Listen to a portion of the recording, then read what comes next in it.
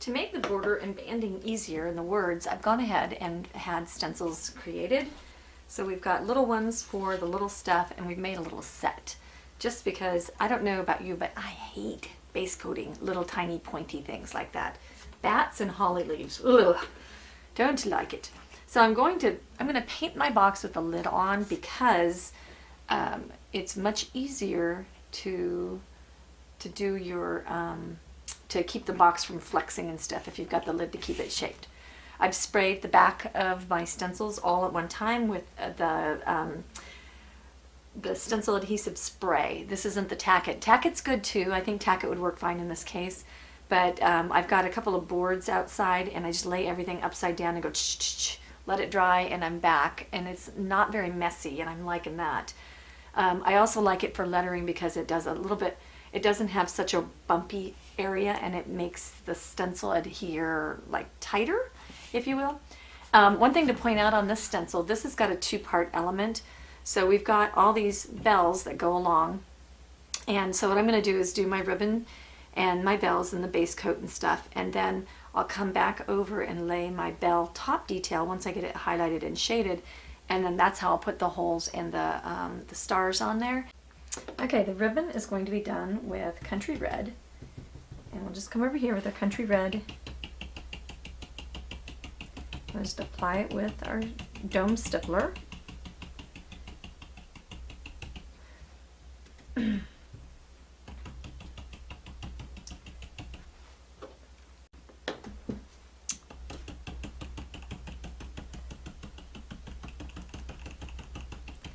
Okay, we'll get a nice solid coat, and then we'll go back and we'll do it again and when it dries. So I'll go ahead and repeat over here and get that covered, come back to this, and it should be dry by then.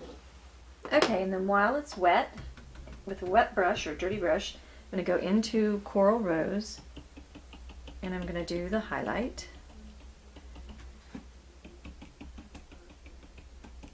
And then I can repeat one time because that would have been a dirty brush just while the whole thing is wet.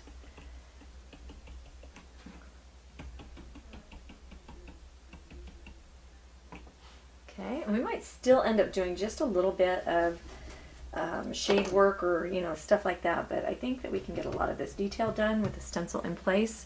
Now I'm going to switch brushes and go into Deep Burgundy.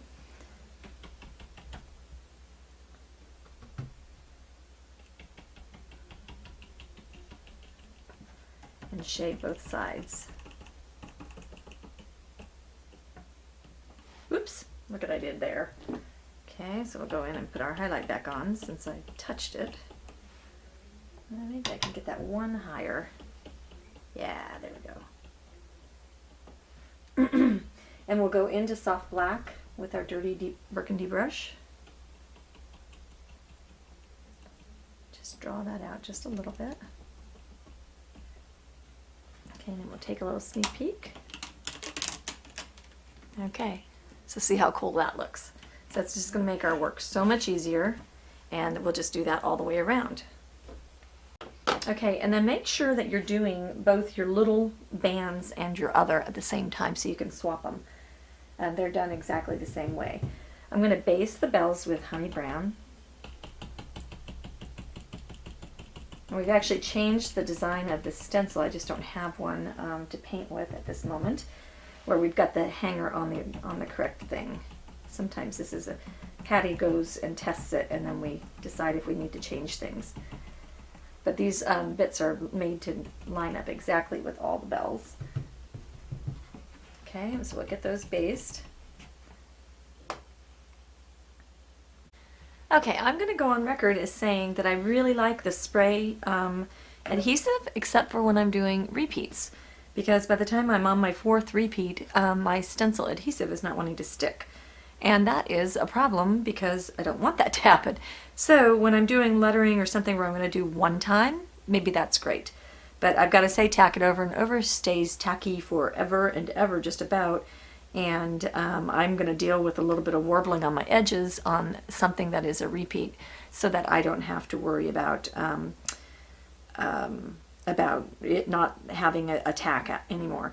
And one thing that you can do to prevent any warbling on your edges is make sure that you use a really super fine application. Don't use your roller. Use the jumbo daubers and really tap it out. Okay, so that's how you can get rid of any of that negative effect. But yeah, this spray is good. It tacks, it does all its fine thing. It has great crisp lines, except if you're trying to do repeats. So not such a great thing after all. All right, we're going to do a little dry rub on our bells. And you know, I think I'm going to switch colors. I had Camel, and I think I want to go maybe Golden Straw for a little bit more yellow lift. I think that'll be a little bit brighter. I'm going to use the tiny little crescent brushes.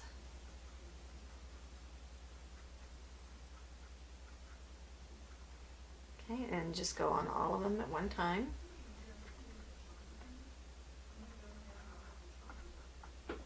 And I can repeat. What if we repeat with mustard seed? Mustard seeds are kind of bright color, but it's not going to base very well, so this way we get the yellow-white color underneath, and then we put mustard seed on top.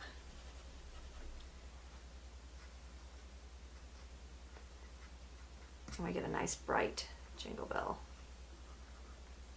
Okay, then we'll go on to, or into, our traditional burnt sienna, and we will shade. I use my short bright brush.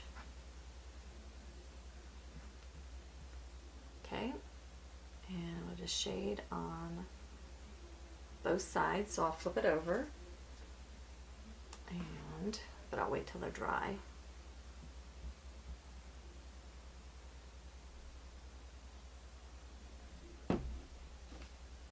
Alright, to increase the highlight just a little bit, let's get you tucked in here. On the ribbon, I'm going to do a flip float, which means I'm going to float once this way, and then I'll overlap them and walk that puppy out. And that gives it just a little shinier look, and then I'll mop it with the little detailed blender mop. Okay, and that just gives us a little bit more shine, a little bit more vibrancy. Alright, the jingle bells is going to be, the word jingle bells is going to be stippled with honey brown. Just all over, do it a couple times, leave the stencil on in between. Alright, we're going to go into our golden straw with the dirty brush, and we're going to, while it's wet, stipple coming down the letter about halfway. I'm blotting off on my paper towel too to make sure that I get kind of a good blend on my brush. I don't want to go on to my project with really juicy paint.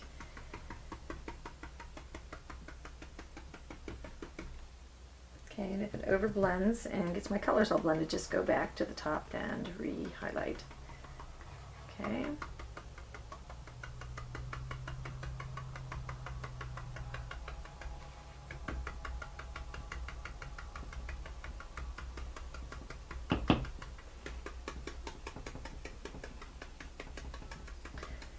Alright, so we get that all on there. And then I'll blot my brush and go into the mustard seed and do just the very tip tops.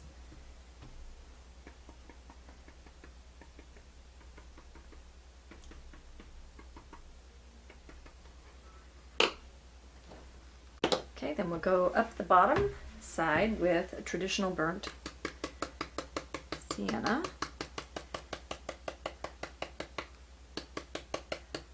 And then we'll repeat with traditional burnt sienna right at the very bottom. And then we'll repeat with some color I haven't identified yet. I'll get back to you. Okay, we'll repeat at the bottoms with a dirty brush and black plum. Don't bring it very far up. Just a little kiss will do.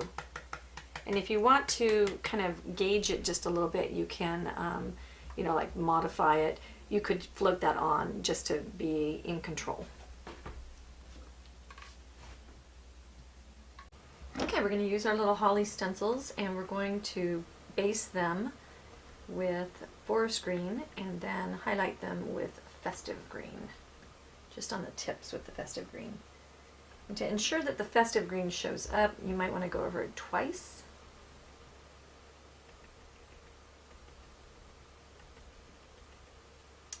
wait until that dries. And we've made a correction to our other stencil.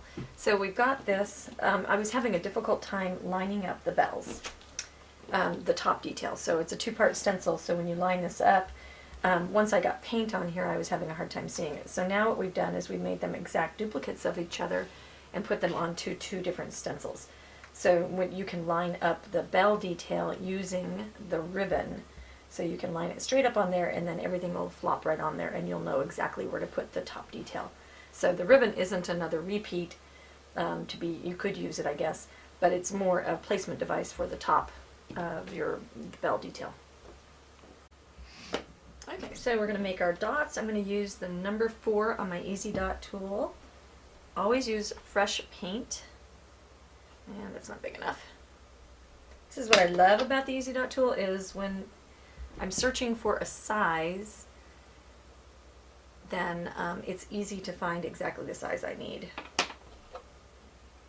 So I'll make those a couple of different sizes. And that's Country Red. Well, as sad as this makes me, I've decided that I need to have the bells and the ribbon on all of them, so I will be basing out my holly. It's a great border, it's just not perfect for the design. Alright, I'm going to use the top of my canning jar as a kind of a bridge. We're going to put traditional burnt sienna stems. I'm going to thin that a little bit more. You always, when you're using your liner brush, you always want to thin your paint. Okay, and the bridge is getting my hand so that it's at the same level as the container I'm painting on. So it's really awkward to paint, especially on camera. But if you're having a problem painting a piece, then always try and get your hand on the same plane.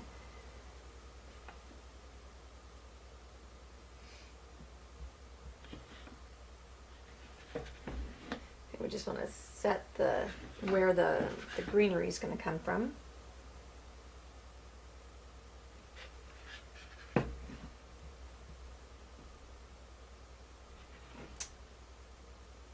Okay. Then what we'll do is we'll take, I've got the leaf is based with forest green and the ribbon is based with country red, and they're of course not finished yet. So I'll thin out my forest green.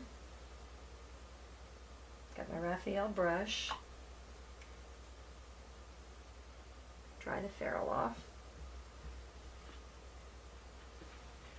And then we'll begin building our greenery.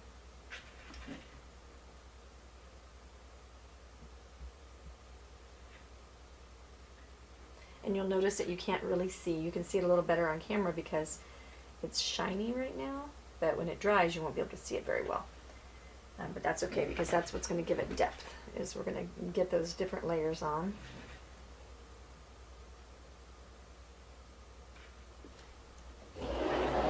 Okay, and I'll just go ahead and add more layers with the same color. Just trying to fluff it out.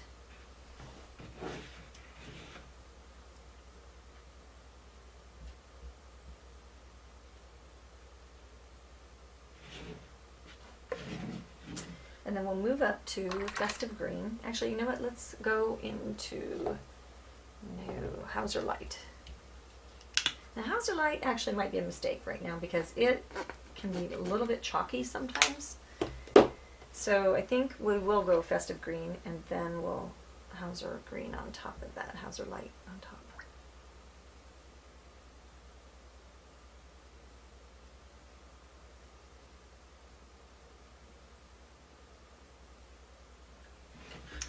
Okay, so that's just a little too wet.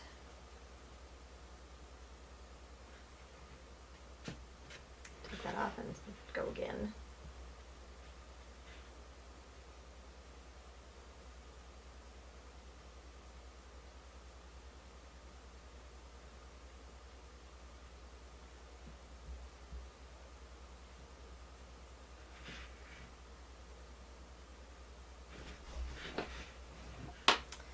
And we'll just repeat.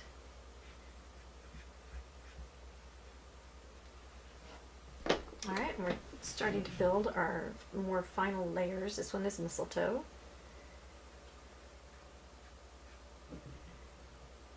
And notice I'm just going right through my leaves and all the things because I'll just base coat my final base coat and cover up any little errors there. Okay, then we're going to pick some of these to be the very tip-top ones, and I'll highlight them the highest. Don't want them all to be the top. I'm going to keep your brush balanced on its toe.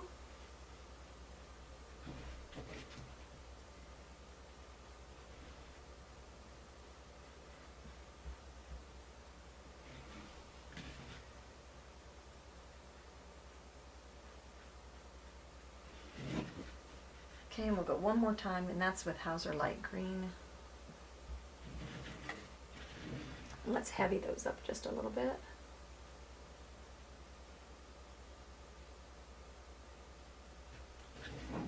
Okay, see how they're sticking out now?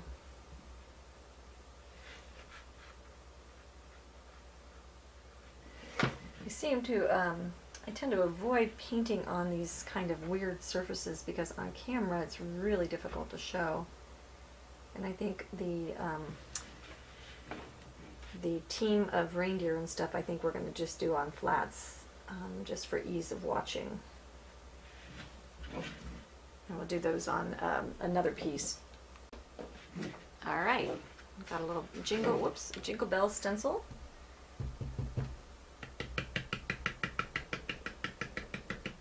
We'll go ahead and do the same drill on all three jingle bells. We'll just wait until this one's covered and then we'll rotate it around. Make sure you turn the stencil so that it's a different direction each time. Okay, we're going to dry rub the centers of the bells with golden straw. Oops, using less paint than that. Always start your dry rubbing in the area that has the brightest color. So wherever your highlight area is in this case. Oh, you know what? That was camel. I think I'm liking the camel color right now as the foundation color. So we'll do all of these. I'm ignoring the fact that I have the bridging there for my bells because I'm going to put my float right on top of that, and I think it's going to work out really well.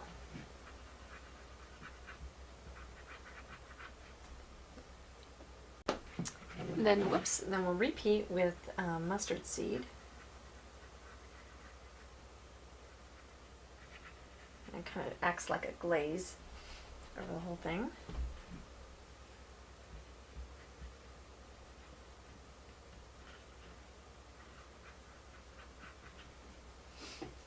Look how cute that is.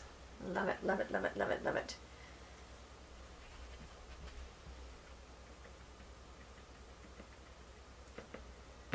Okay, and then we'll go into golden straw and we'll just kind of stipple in the center.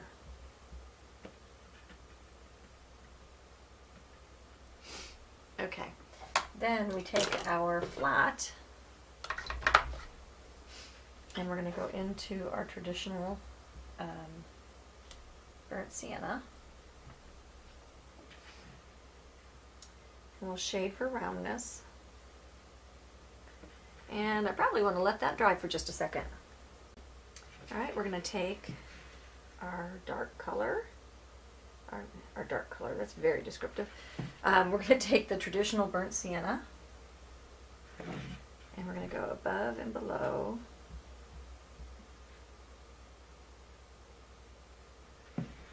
our bell line, and then we'll take a round brush and go into camel, and we'll just highlight, whoops, that. Okay, we're going to highlight our leaves with, let's see, is this mistletoe? I think it's mistletoe. And I want to kind of stay off of my bells now that I've got those all nice and pretty. You know, this is that rule, I talk about it all the time and then I forget to do it, but I'll tell you while I've got you here. Always paint from the back So my bells should have been the last thing that I did, because now I got to go around them, and I don't want to redo them. So yeah, always, always, always, always, always paint from the back. So you paint Santa's face before you paint Santa's beard, you see. Otherwise you always are going to end up going through things. So we're just dry rubbing with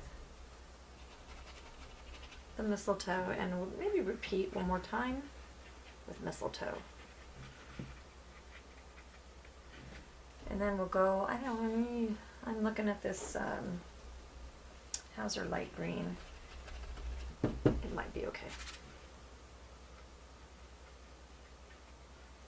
I feel like we need something a little bit brighter.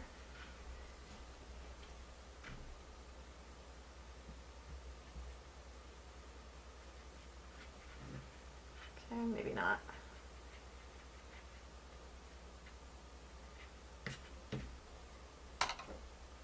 I'm going to sprinkle some of my stars and holes using lamp black, and I'll just place them. They're not the same size, but I'm just going to use the stuff since we've got it, and they're awesome. Making these perfect little stars on these things would be just a little bear. Sweet, look at that. So easy. Easy, easy, cheesy. Alright, now I'm going to go into evergreen, and I'm going to float next to the bells, and that's not really showing, so we'll go into black green, and we'll do it that way.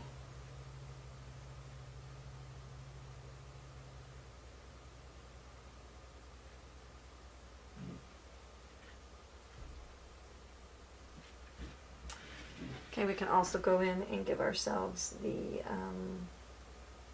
vein, the floated vein.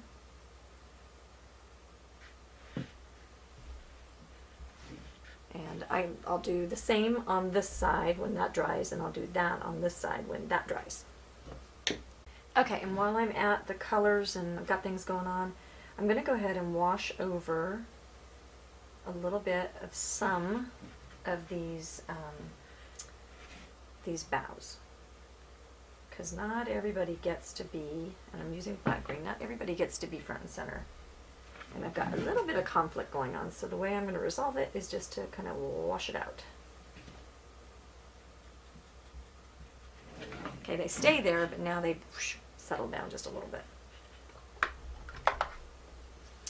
Okay, we'll shade our ribbon with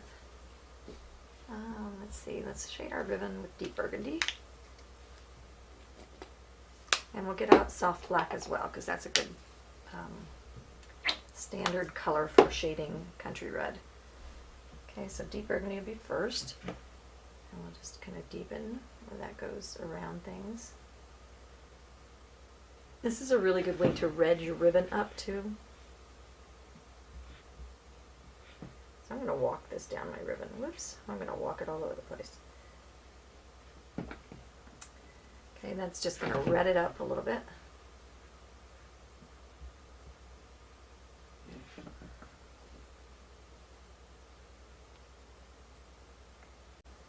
Alright, then we'll go and shade things. Okay, so shade where the folds are, we'll shade where they disappear behind things.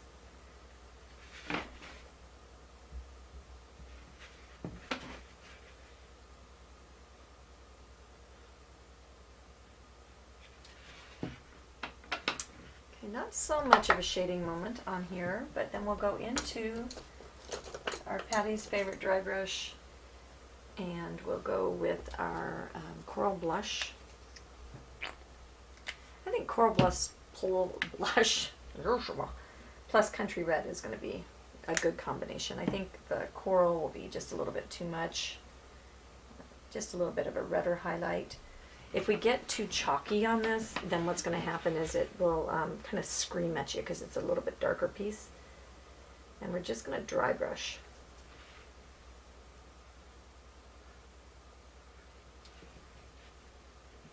So just kind of scratch on some highlights. Go shape following strokes.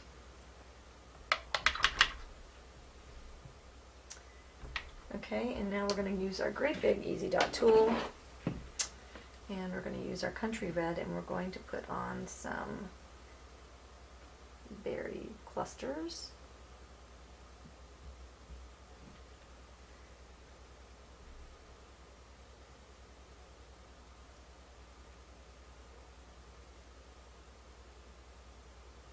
Okay, and maybe we'll have just one more set. Maybe sprinkle a couple of random ones here and there.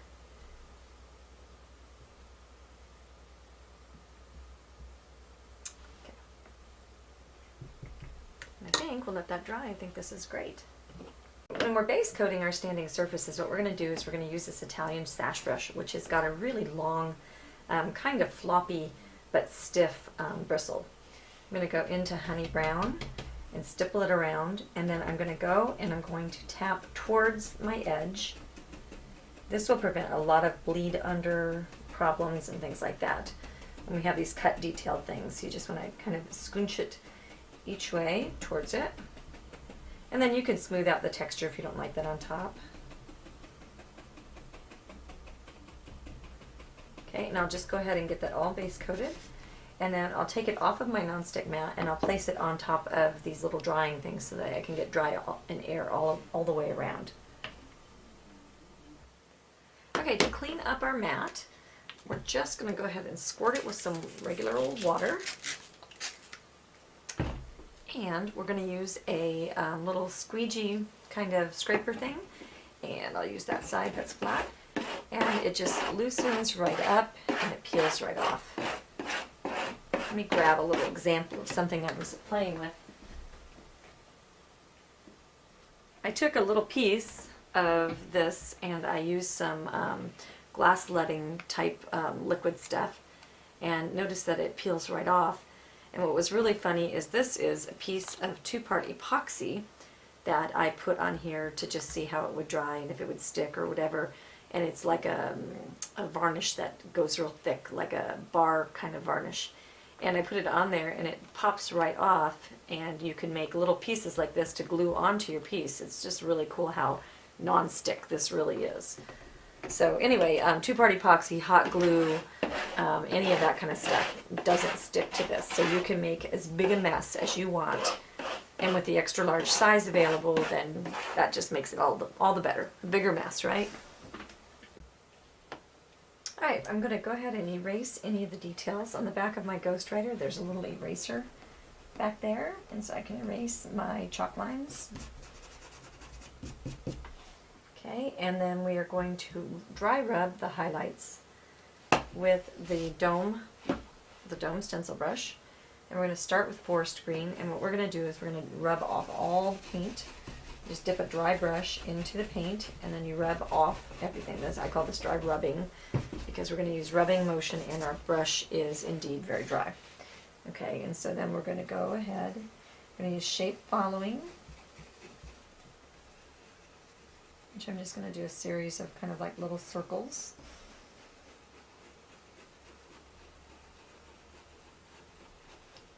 We don't want this to look like a big pillow or anything like that, so you don't want to get it too rounded looking. Or if you do, you want to make it evenly, like it's bowed out or something.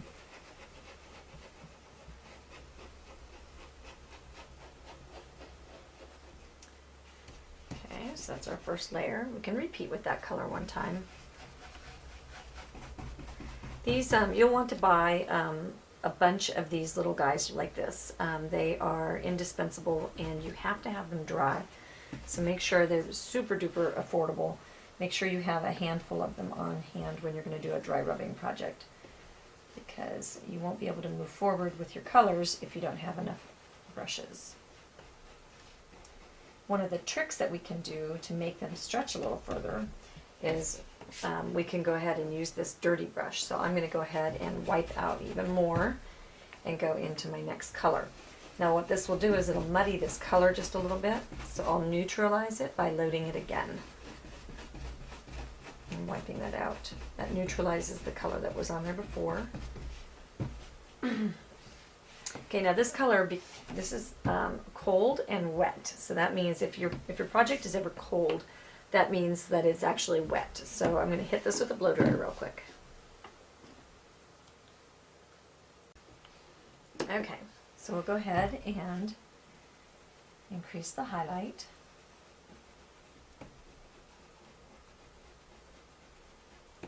You don't want to go straight onto a project with the lightest color because you'll end up with it sitting on top of the surface and looking very chalky.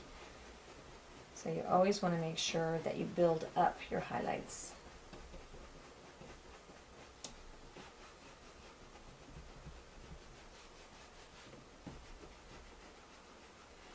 Okay, so that's getting kind of pretty. The color gets really pretty with this series of greens. So we'll go into the next highlight up, which is bright green. And then this one we might leave this just a little bit like, be careful with this one. It might sneak up on us and take over. If you lose any little bristles from these brushes, just brush them off. They're not what you would call the most well-constructed brush, but if a bristle falls out, that's okay. If you're going to spend just a buck for a brush, then who cares? And they do a really great job at this technique. Okay, so I think that's probably about bright enough. Recently at a convention, I was showing people how you can take a little mistet like this and you can squirt your little water drops. Let's get you going here, guy. Okay, hang on. Okay, apparently if you put this all the way full, it doesn't quite want to squirt. So I dumped some out and we're good to go. So what you can do is, see right here, I'm going to be squirting some water drops. Okay, and notice that they're going to get bigger and bigger and bigger and bigger and bigger. And I squirt in the same spot. Okay, now what I can do with this is I've pre-wet my brush and let it soak off to the side for a little bit. Your floats will actually get prettier and prettier when you start with a damp brush. Okay, so I'm going to float with black green. I'm going to go up here and blend. And for purposes of demonstration, what we can do is show you that on a piece of paper, okay, on a piece of paper which is very dry and very absorbing, you don't get a very good float. See how scratchy that is right away. But if you come over here and just with the clean end, you suck them up. And then you just go back to the same spot and blend again. Okay, and you come back here and look at how beautiful your float is. Now it dried up again. But I can just go add as much water as I need each time that I need it. And I'm just going to go ahead and float back to the original spot and just add and load right there in the same place. Just a little too much water there. Okay, and we're going to get, whoops, going to get prettier and prettier floats. But I can just keep going back here, loading water and loading my paint, and I'm going to get a really pretty effect on my project. And the longer you go without washing and drying your brush out, the better off your floats will look. Okay, so that's just a nice little trick. Alright, so let's see, I'm going to start up here. I'm using an angle shader, and the reason I'm using an angle shader is because I have these little places that are kind of sucked into corners. Okay, so I tuck that corner right on in there. And then notice I'm just kind of teasing it out. My brush is nice and moist. I don't have to worry about hurrying.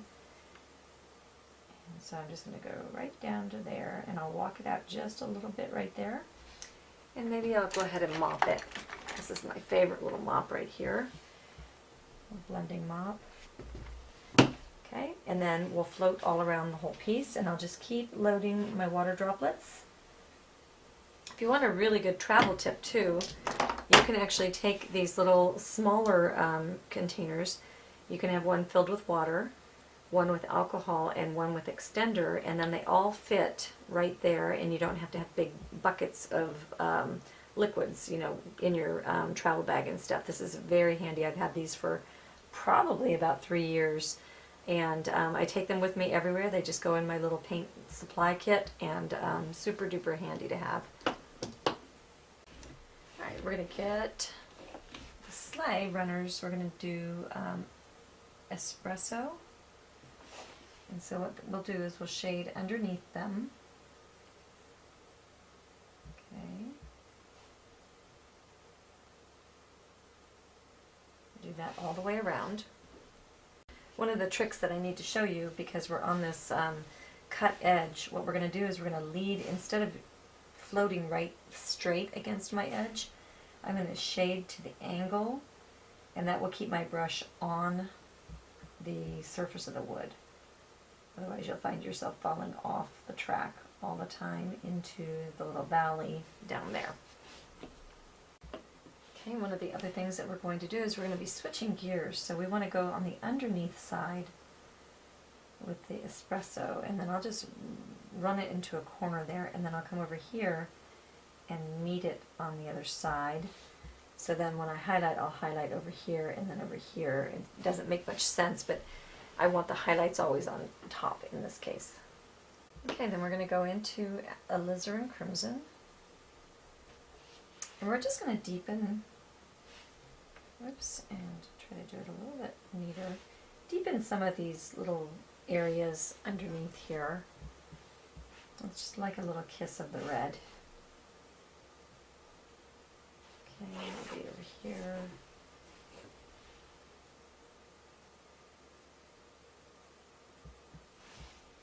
Okay, that just gives us just a little something going on. Carries the color around.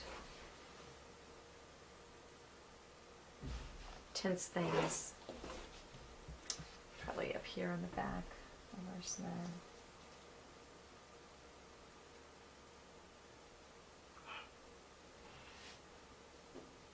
Maybe up here on the little nose of our sled.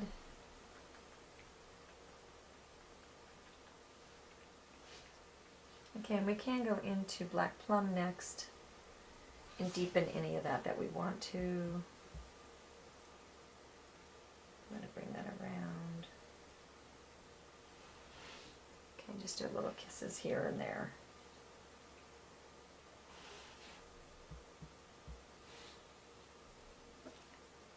I'm going to use the number 2 Patty's Favorite dry brush, and I'm going to load it nice and juicy into Camel. Okay, and I'm flattening it down, and I'm going to flick on my paper towel, and we're going to go ahead and dry rub our highlights. I'm going to check that just a little bit more. Dry rub the highlights with the Camel, opposite of where your shade was. And I think I'm actually going to have to flip that. That looks a little bit messy. Okay, so what I'm going to do, because it was such a strong color, I'm going to mix my base plus the Camel. And that should help tone that color down. Okay, and so what I'll do is I'll just go ahead and dry brush right there on that edge. Yeah, that's much better. It's not screaming at me. I like how it's catching the edge right there. That looks like it's got a little bit of a glimmer. Makes it kind of shiny. Okay, and then we'll just catch all of these little rails.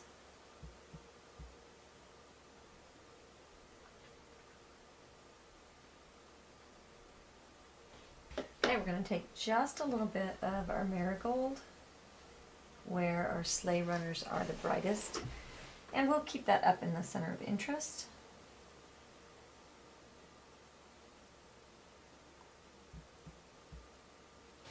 So we can brighten that right where things are going to be the brightest. Back here by the toys, up under the toys, up in front. We won't have too much of it down here, maybe just a little kiss of it on here and there. That just gives it that kind of more metallic look. I've got my Santa on my Artist Buddy, and what the Artist Buddy does is it's got a little, let me get you back and I'll show you. I'm using the Artist Buddy to get a couple of things happening. These have little locks that you just put under here. Otherwise, it can spin freely. And then it has this different levels of standing so that you can raise up your surface.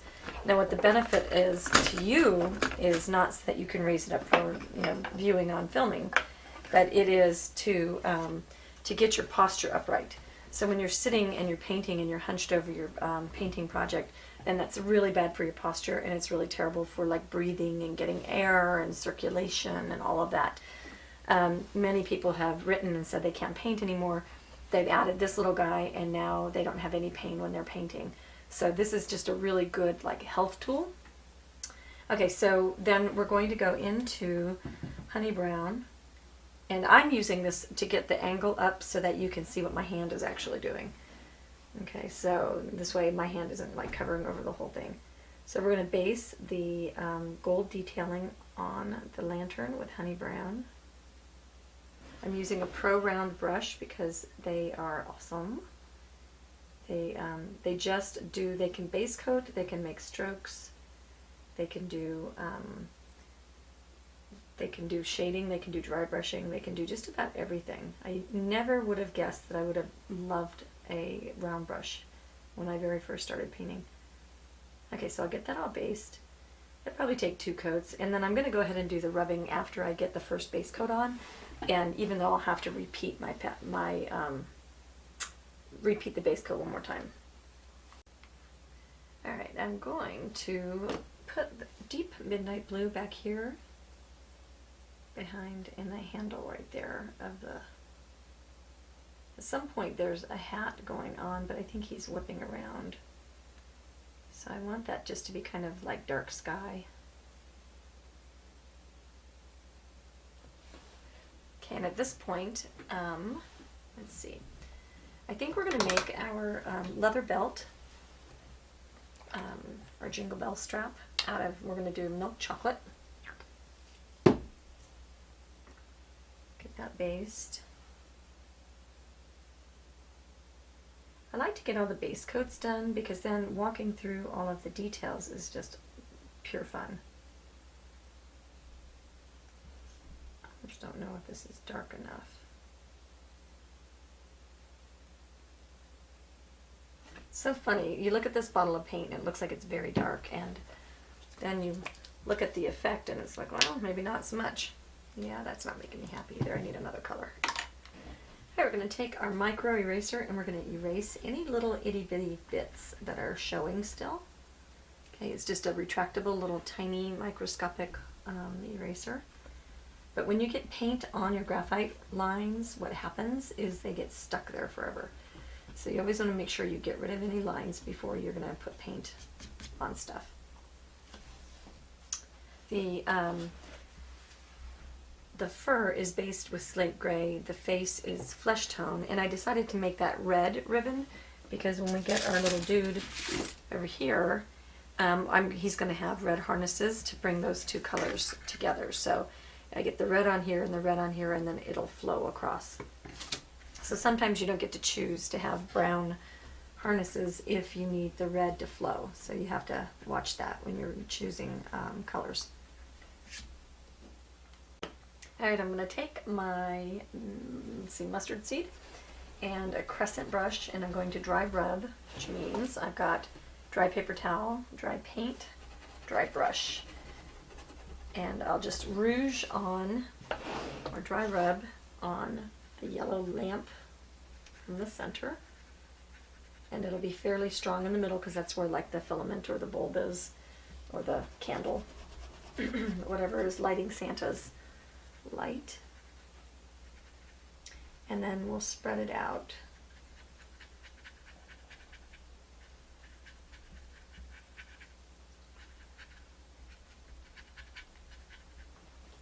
Okay, and then to make it coat a little bit better, we'll stipple in the middle.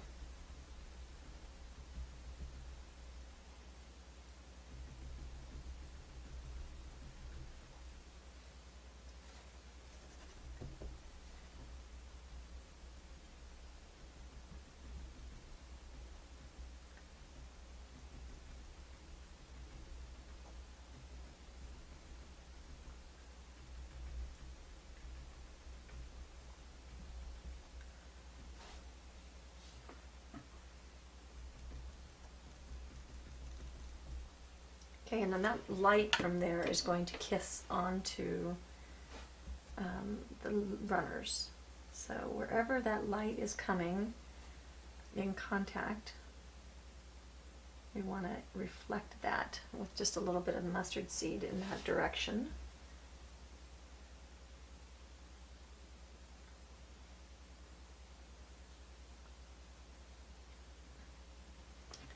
Okay.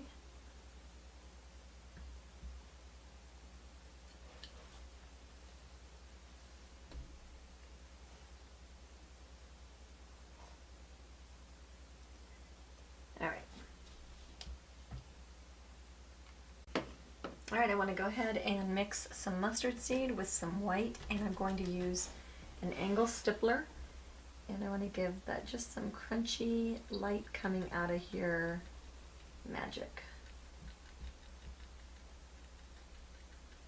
Using this brush dry.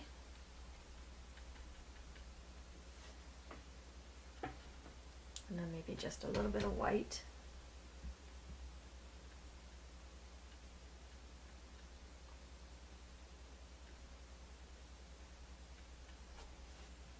And I'll let that dry, and I'll rebase coat the things that I hit with the yellow.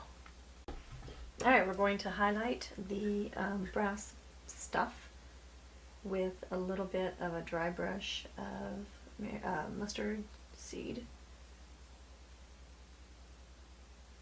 Just kind of up the center of things.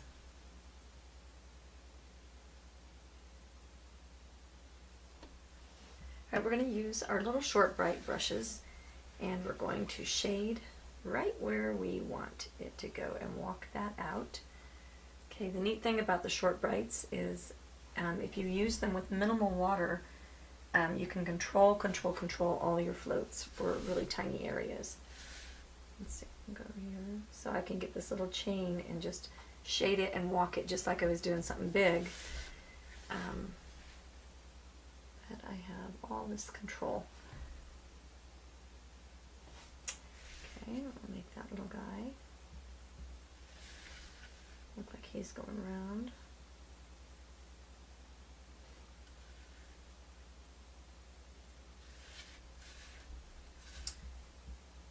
I would normally just let this wheel spin to turn my angle, but I think it gets a little dizzying when you're on camera, so you can do that at home, but I'll do mine the manual way.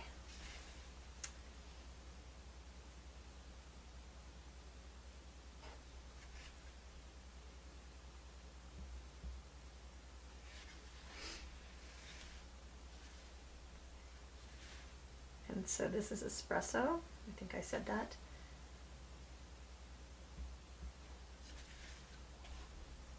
And can you see how I'm just walking that straight out? These are super thin and super short, and that's why they work so well. Alright, then we'll take our round brush and we'll go into a little bit more of the marigold or mustard seed, sorry.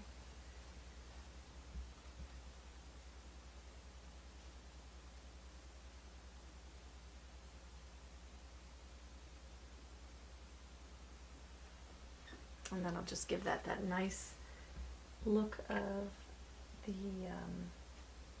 brass. I'll get a little bit of white with it.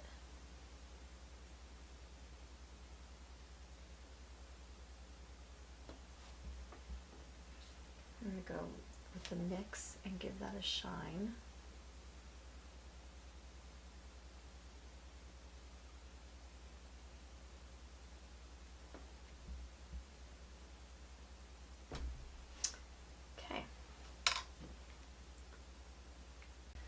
Alright, on my small red areas, I'm going to use a really tiny crescent brush, and I'm going to, this is the real small one, love that they come in this size. This is the 1/8. And I'm going to highlight, so I've dried all the paint off. I'm using Coral Blush to highlight. And so I can just add my dry rubbed highlight.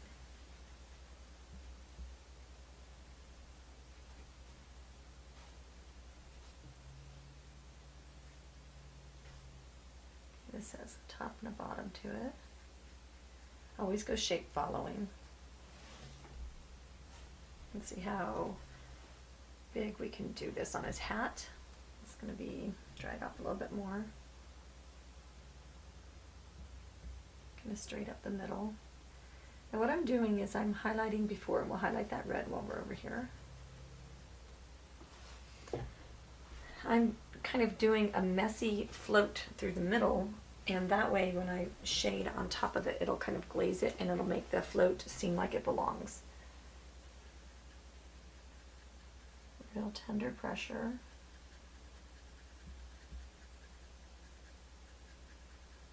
Shape following. Now I can stretch that out just a little bit to soften the float.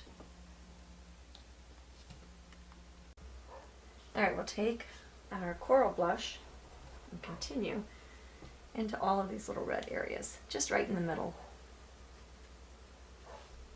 You can strengthen it as you need to, so I can go back to that area and say, oh yeah, I want that middle just a little bit higher. Now, the shinier you get something, or the brighter you get it, the shinier it looks.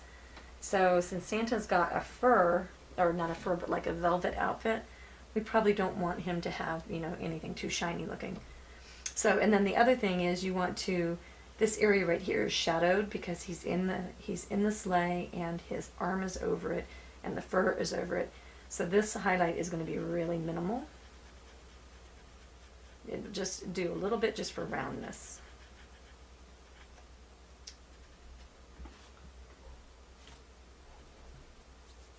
And I think this needs to be a blanket or something. I'm not quite sure what I think about that. We'll see what we get when we get there. The ball can be a little bit shinier. His gloves need to be green. Alright, we're going to shade our red areas with Alizarin Crimson. Use the short bright brush.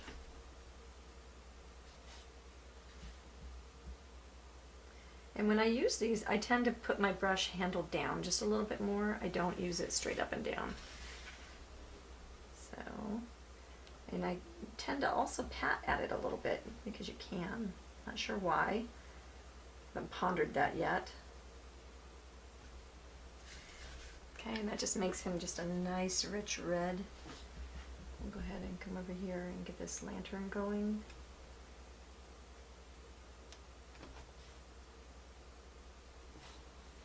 Really digging the Alizarin Crimson these days.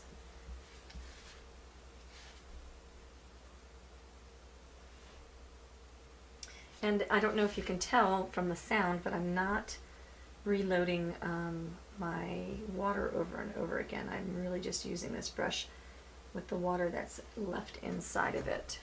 And that is a big time saver. Like, it just tends to mush the paint where you want it, and it's all good. Okay, get this little guy right here. And now we'll walk this down. And we'll go ahead and bring it up the other side.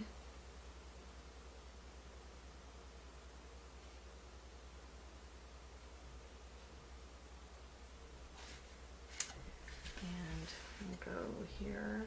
You always want to be able to see which side you're floating on. So I always turn to float towards me. Santa's arm. For roundness, you'll do the top and the bottom.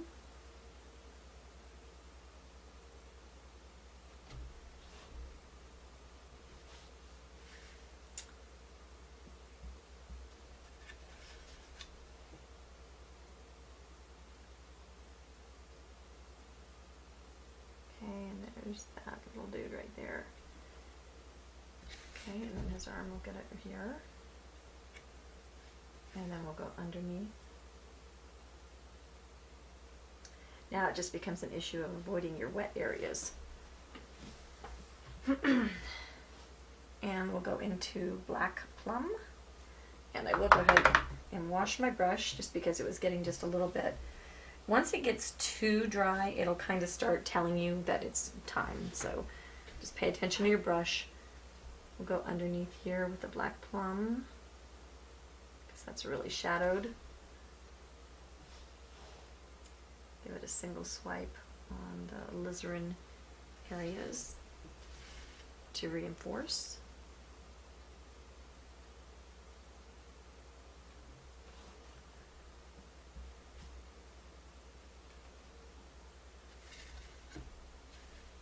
And now we'll start looking for areas where we can tuck them in. So we're going to tuck in where this is going behind the sleigh. Round that up just a little bit.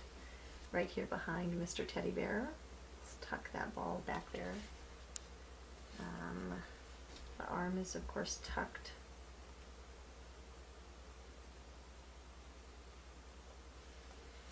This whole body right here, I got to get that dry first.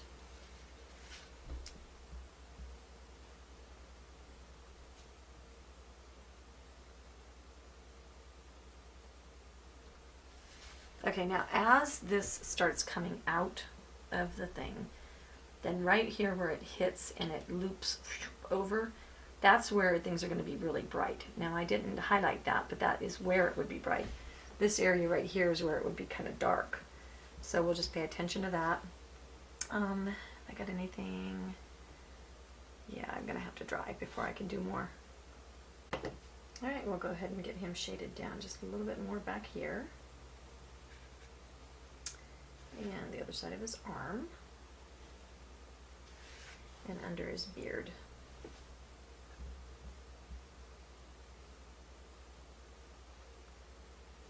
And maybe we'll just keep this lap. I don't know what I'll do yet. We'll just go ahead and shade it as if it's going to be legs. And then we'll decide. So I'm going to get the rest of this guy shaded.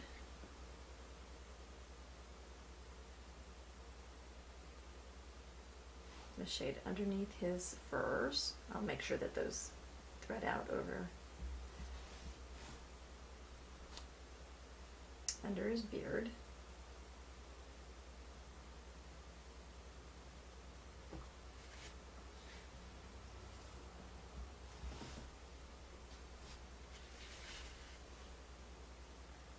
So everywhere under and over is what you're going to be looking for.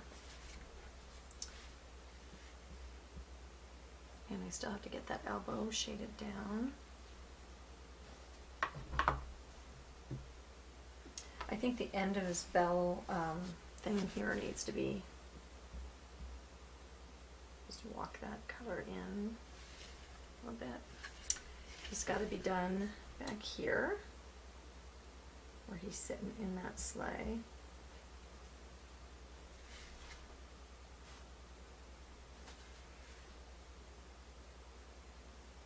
I want this top float to be a little bit skinnier. And I want that one to cover up that line that stayed.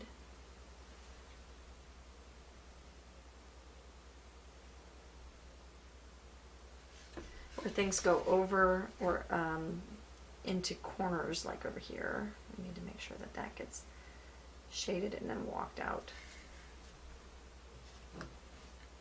Alright, we're going to highlight over the top of our red highlights with Fiery Red. And this is a neon color.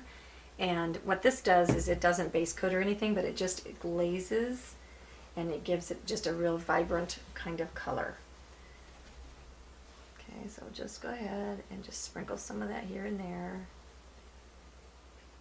I haven't highlighted this yet, I probably got to take care of that. And then you can increase it where you want things to just stick out just a little bit more. So I'm just doing a little dry brush there.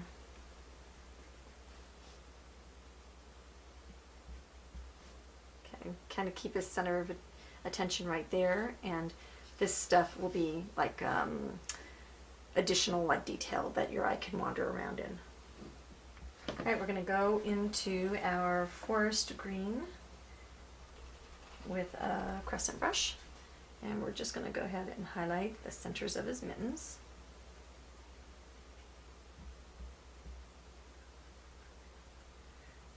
If you do this kind of controlled, you'll end up with it self-shading, so you won't have to do the shading on that. And I think while we have this color out, let's go ahead and build our little Christmas tree. So what we'll do is we'll just go ahead and just kind of bring up little branch kind of things. And then we'll go into bright green, and we'll just go ahead and highlight, and I'll have to wait till that dries. There we go. Right up the middle with the bright green.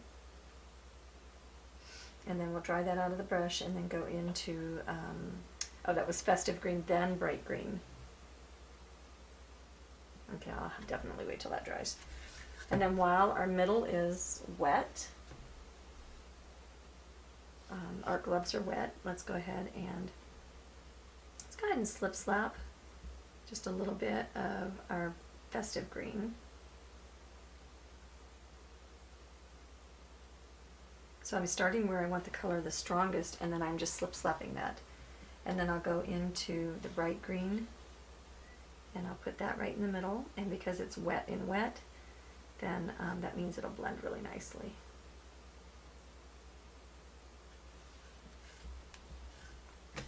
And go up there and take care of that tree.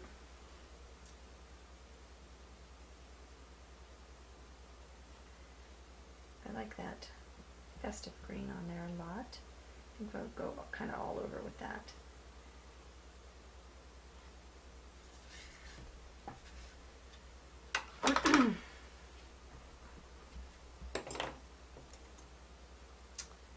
Okay, and I think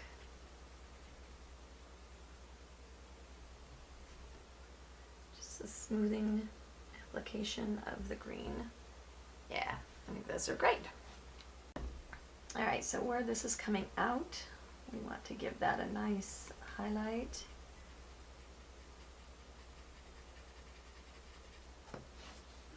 Alright, in the coral blush.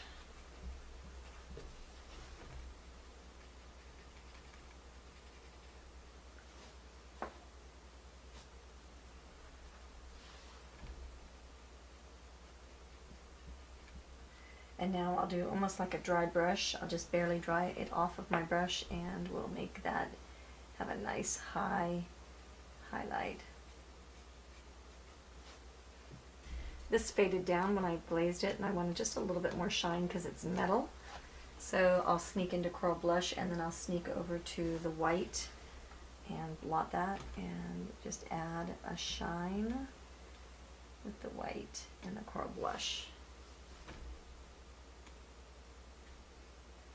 Okay.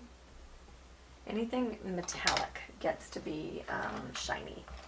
Okay, I'm going to go into my, let's see, which number 10-aught Mighty Fine Liner with a little bit of the mustard seed and white.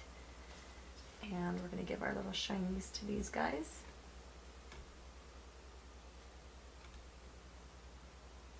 And actually, let's go ahead with the white and let's do a little skip highlight. And so that won't be like in a row. It'll just be like a little skip line. It just makes it super shiny looking.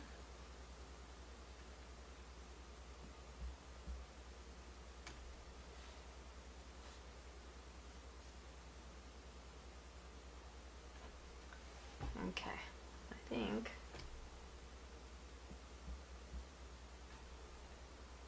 a little bit of that.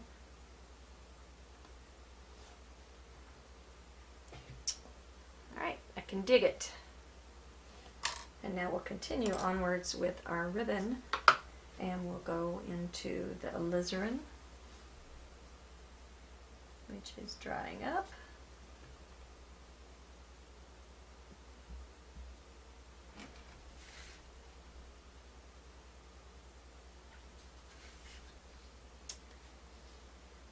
And we'll see what we need to do with our hat and beard. Let's see, let's go ahead and do our hot shots, or our neon. They used to be called hot shots. On that. Go back into our coral blush and just tone that hot shot down just a little bit right there.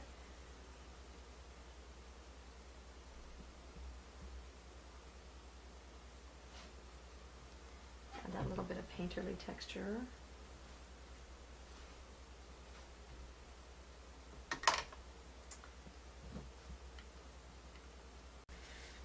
we'll go ahead and line next to our harnessy bell thing with coral blush, a little bit of water just for flow.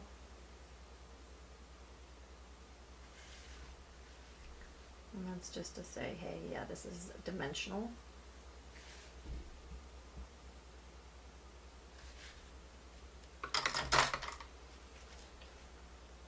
And then we'll go line next to it on that side, because we've shaded with it, with Alizarin.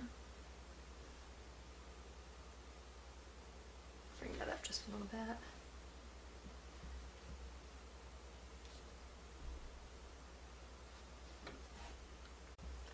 Okay, I think actually I want to do this in the dark instead of in the light, so I'm in Black Plum. I'm just lining that with the Black Plum. Now I think there's a couple places on the sleigh that we could do some shading. We're going to do black green. And that's going to be where things are next to things. So for example, this little guy right here is next to the sleigh. Comes out here. Give him a little bit of a sea-strokey shade.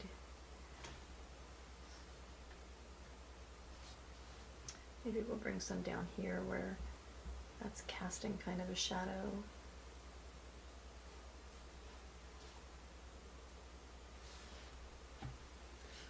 Underneath here.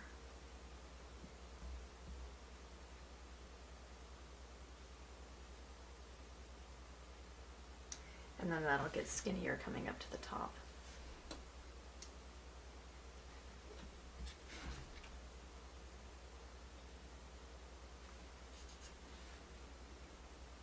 Okay, that just adds just that little bit of dimension and detail. Alright, we're going to go into our highlight for the face with Highlight Flesh, which is aptly named. And we're going to go right into the middle. And we'll let that dry. Okay, we're going to go with graphite. And for his, this is going to be his beard and the ball and all of that stuff. Go ahead and just shade. We can shade with that graphite on the blue color as well. So now we're going to shade everywhere where things are under and over. And I'm going to fluff that shading just a little bit. I don't want it to be like real liney. Okay.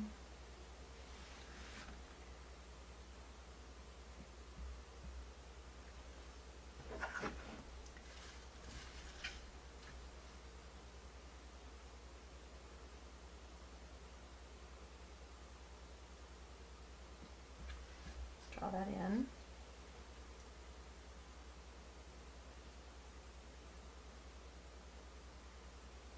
And bring it up where it's going to be more shaded, and then you do it a little bit thinner where it's going to be less shaded, like where the light would be going. So for example, his fur down here is going to be walked up quite a bit. Okay, and then don't forget to shade on his pom-pom, because you gotta have shadow for the highlight to show. So if everything is the same, then your highlights won't show at all. Okay, so go under here. It's gonna have something going on with his beard, I'm sure.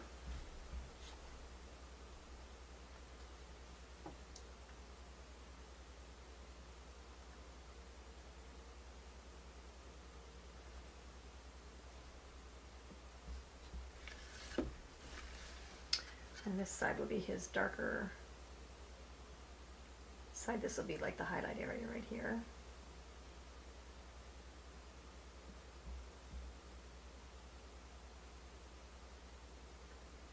And just kind of tickle it up. I'm going to go into one of these little angle stippler brushes. They're made out of like a real stiff, fuzzy type fur type stuff, bristle.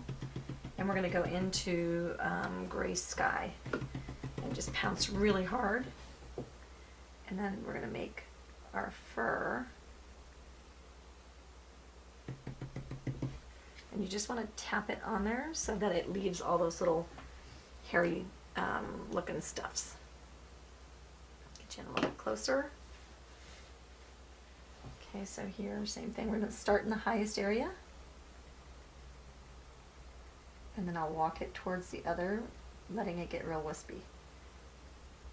And we'll go over our red. Okay, so we're not going to work super hard at this. This is easy to do. Okay, same thing on his hat. I'm going to get in the highest area, which is going to be that front corner.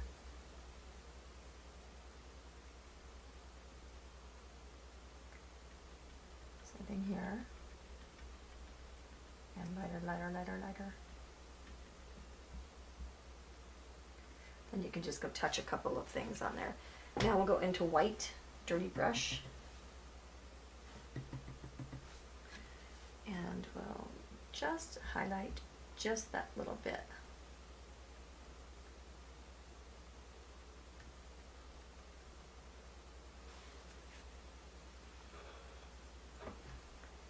And that's it.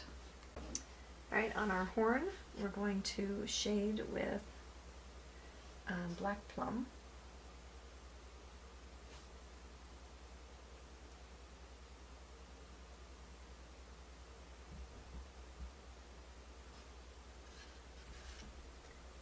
Shade down the edges.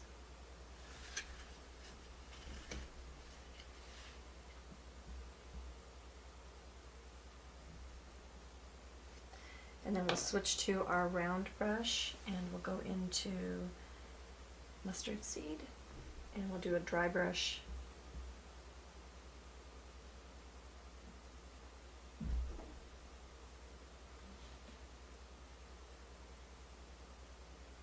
Repeat as needed and then repeat with mustard seed plus white.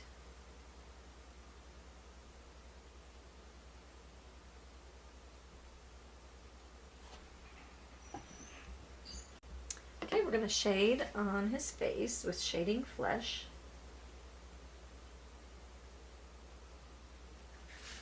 We'll shade on both sides and then we'll get underneath his hat stuff.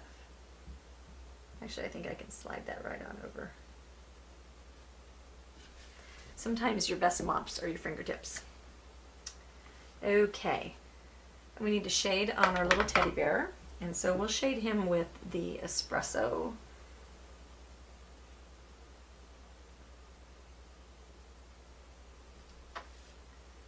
And look at him.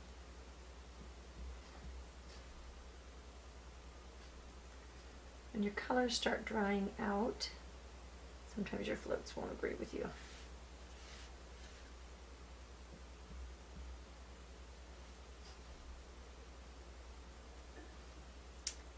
So we'll just go ahead and pretend like his face is based over there. And we'll grab that star while we're at it on one side.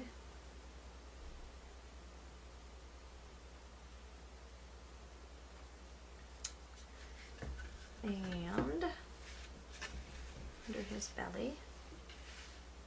Try to keep you on camera. Holy smokes.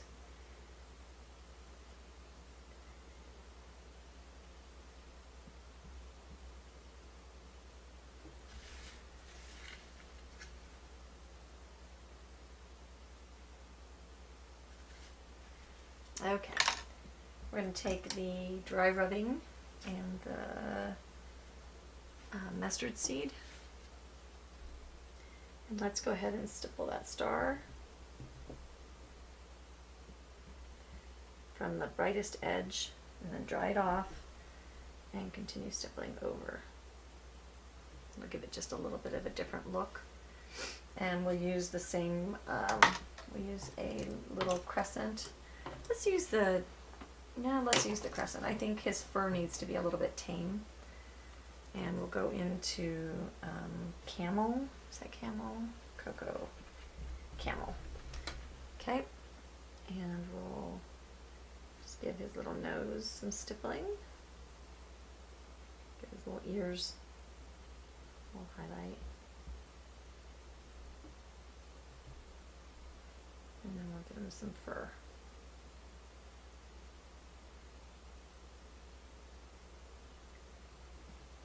Might have to do his highlights again or his shading again.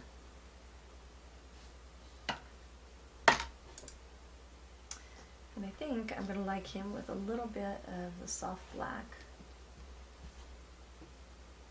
for his, just to warm him up just a little bit.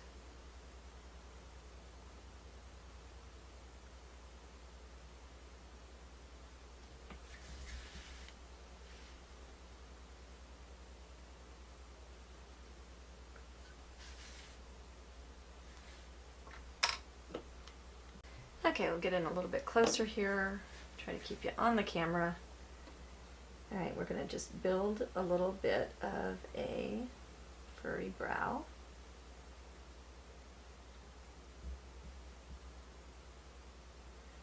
Then we're going to go into our Evernoop Espresso. Espresso plus a little bit of Alizarin or black plum or something like that. Some dark red, and we want to get the inside of his mouth. I've done it in just dark colors before, and that always seems to just look a little bit like there's a black hole there, so we don't want it too dark. Okay, we'll go into the flesh color and we'll get his lip based. Now we'll start building his fur, or his fur, yeah, I guess he's furry. His mustache.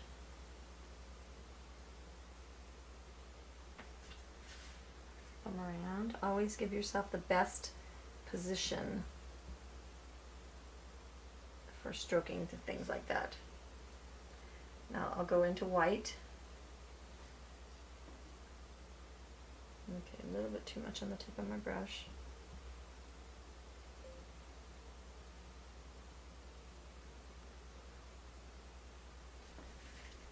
Okay.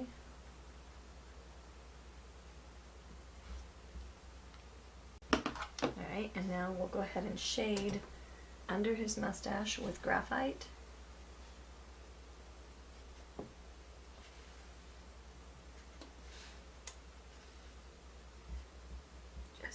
I think I have way too much paint in my brush.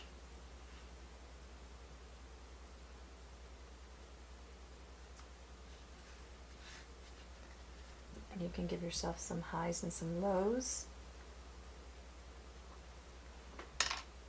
And then we'll go back to the gray sky with water.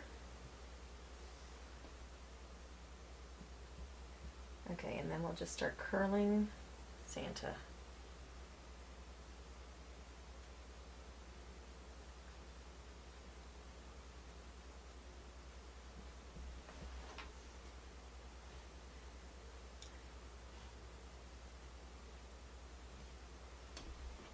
And he's looking a little straggly. I think we have to give him a little bit more of a curl rather than just like a crazy, crazy beard. Yep.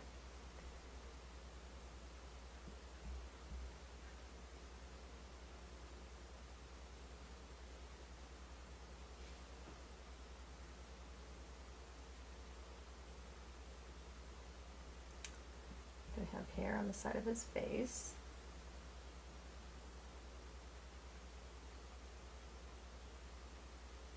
And come out over his over the top of his clothes. That's why you do the clothes first. Whatever's under gets painted first.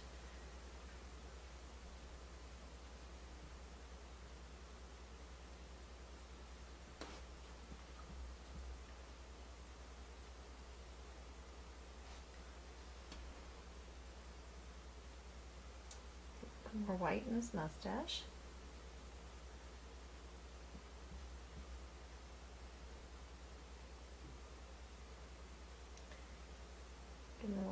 another curl there. Okay, I think I can dig it.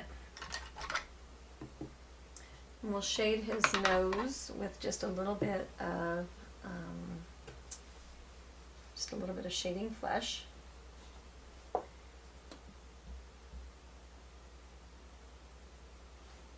And we'll shade his little lips as well. And we'll get his little eyes. We're going to take his eyes and do them with, let's go ahead and do Burnt Umber plus Lamp Black. And we're going to just use our liner brush and we'll squiggle them. So I just need a kind of a darkly black, but not black, black, black. Okay, and so I'm going to turn them this way so that I can see what I'm doing.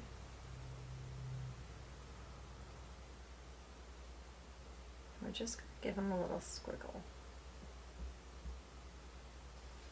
Okay, it's just amazing that that actually makes them into eyes. Give his nose a little liner. Whoops. Okay, this is where we want our micro eraser. I just totally biffed that. I licked the end of my micro eraser and it will remove fresh paint. Okay, so we don't want that brown right there.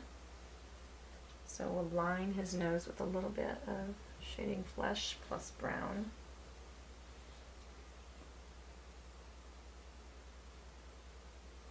And he's probably going to need a little bit of cherry cheeks.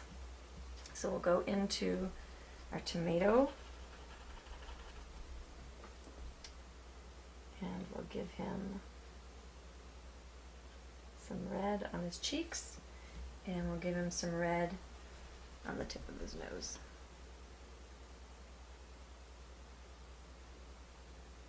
Boop. Now, once again, I'm going to lick my micro eraser. There we go. That's better. And I think I'll go ahead and float my red on because I'm not having much luck with that size. Getting it right where I want it.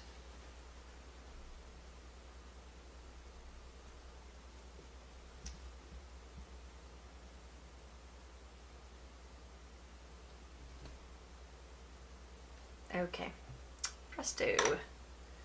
We'll take our teddy bear and we'll give him that dark brown mix with the black and the burnt umber, and we'll get him some eyes.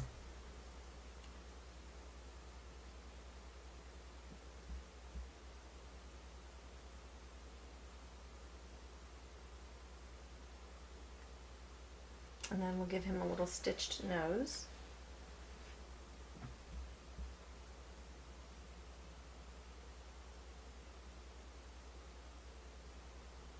And we'll give him with brown and not black. And give him a little mouth.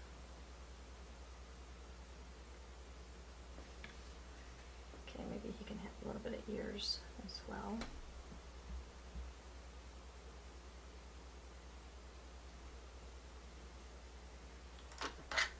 Okay, we're going to put some bulbs in our tree. So we're going to have some red bulbs and some gold bulbs. We'll have like 3 of each.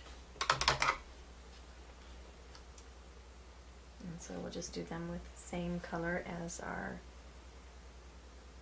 that's the camel color, and let's give that just a little bit more highlight up here. I like it. And I based our little bells down here in their camel color as well. Okay, we're going to use the black plum color, and we're going to do a little C-stroke underneath the bells. Actually, I think I'm going to go with a round brush and just line under it. I think this bell got a little oversized. I think I'll shave him off in the process.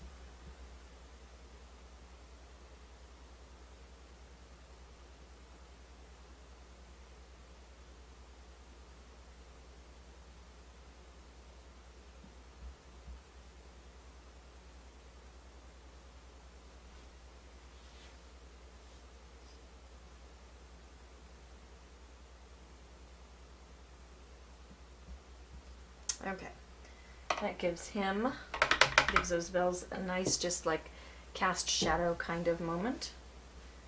And now we'll float on the bell with, let's go into milk chocolate first. And we'll go ahead and do them at the base next to their cast shadow.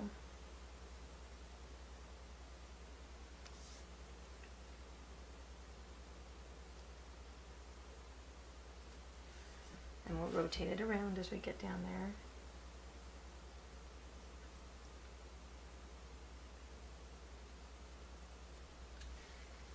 Okay, we're going to let that dry, and then we'll repeat with the soft black.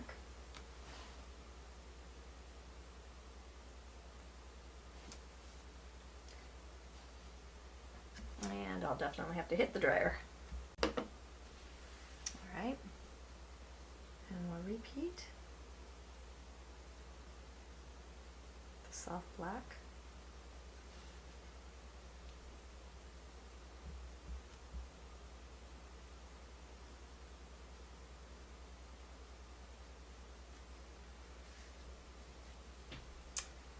And then we'll go into our mustard seed. Remember with these short brights that you need less water than you ever thought you needed. So don't overload your brush with water.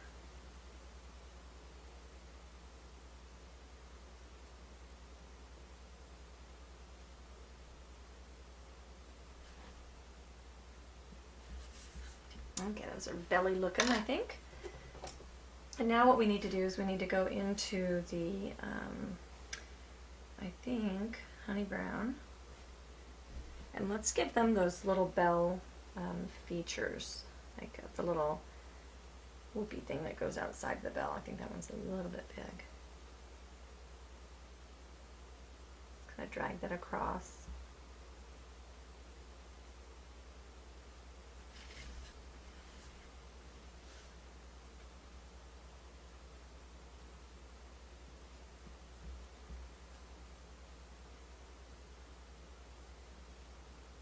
And then we need to give them a little bit of a top as well.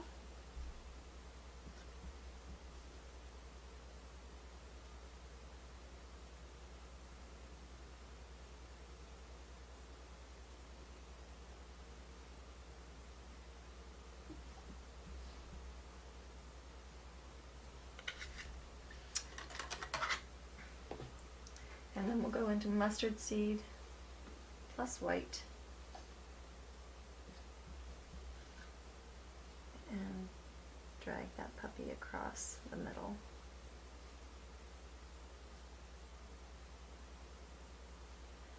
And give the same color and give it a little bit of a highlight on top.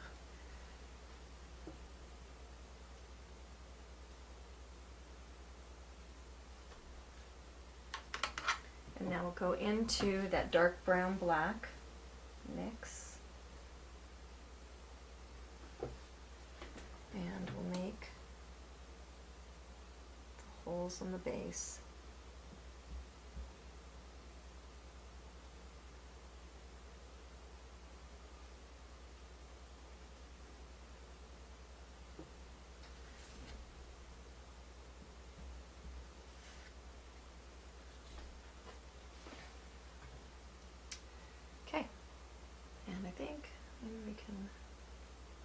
I think that's good.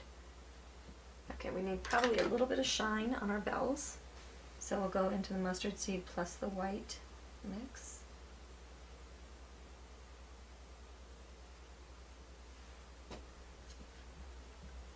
And we'll give them just, maybe just white.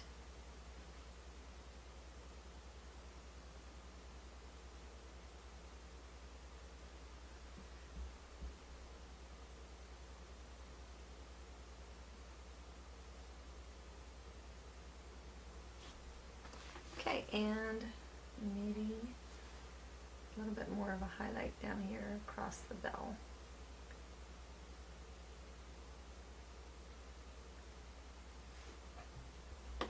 we've got our reindeer, and we're going to go into espresso. Nope, we're going to go into milk chocolate. And we are going to shade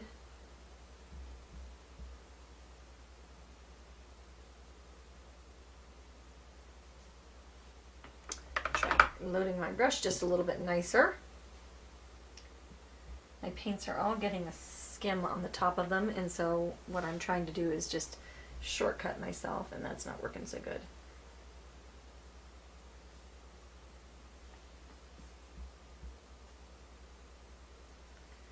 So just everywhere where there's like a little knuckle or a joint, and then on the edges of things.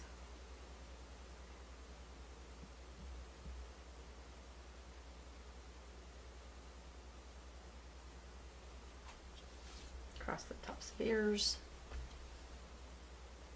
Get you on camera. Across the top of his head. And then of course across the back.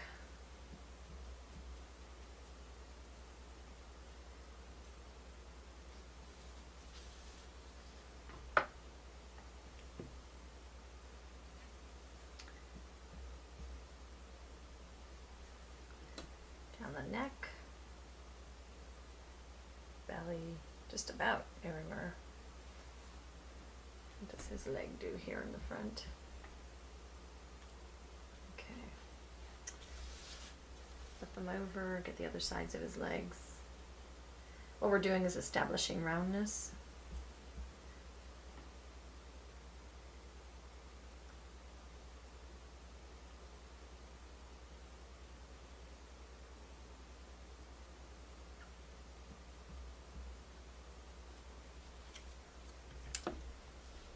We're going to add some fur, so I'm not worrying too much about what these, what this all looks like.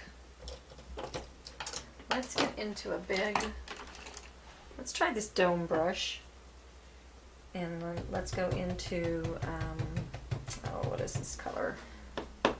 Honey brown. And let's give him a really fine fur.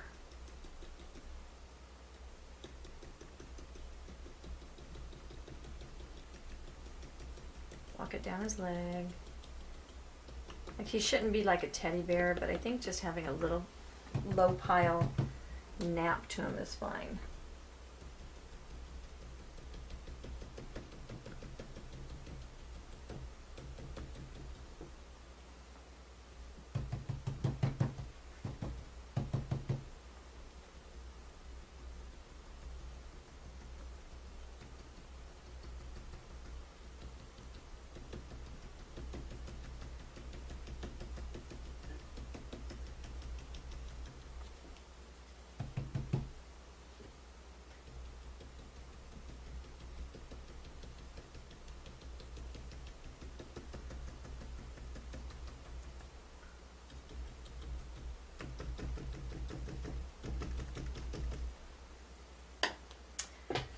We'll go into a little bit of Camel, dirty brush, and then we'll do this just a little bit where he's going to have the highlights. Let's go ahead and just stipple him on some highlights.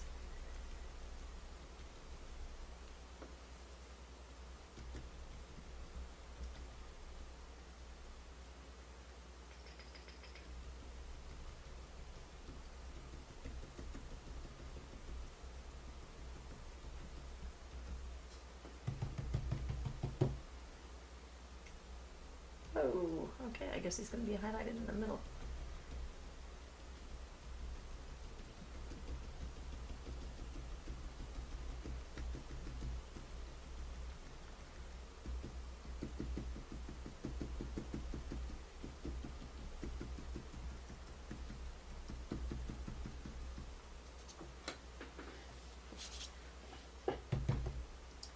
Gives him just a little bit fur-like texture, and I think we can go and do just a little bit more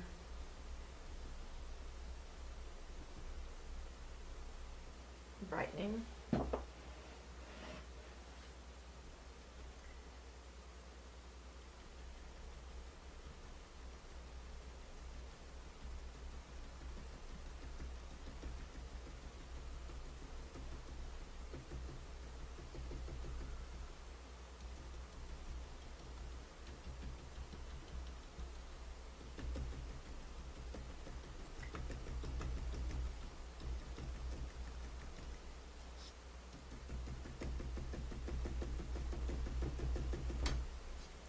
So each kind of brush that you try to stipple with is going to give you a different kind of fur look. Now I'm away from the honey brown, and I'm going to go with a little final kind of highlight.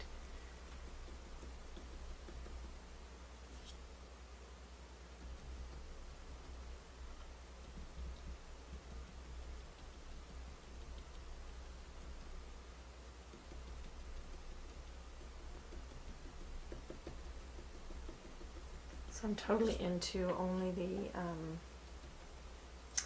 the camel color. Okay, time to let that dry.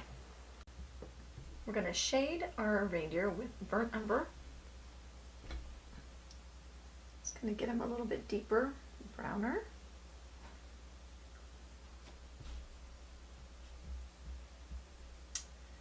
And just going to round those shades out. Okay,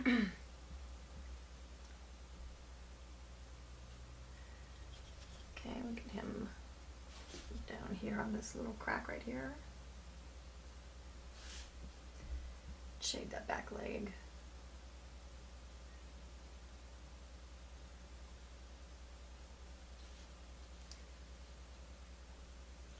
And shade down the back leg.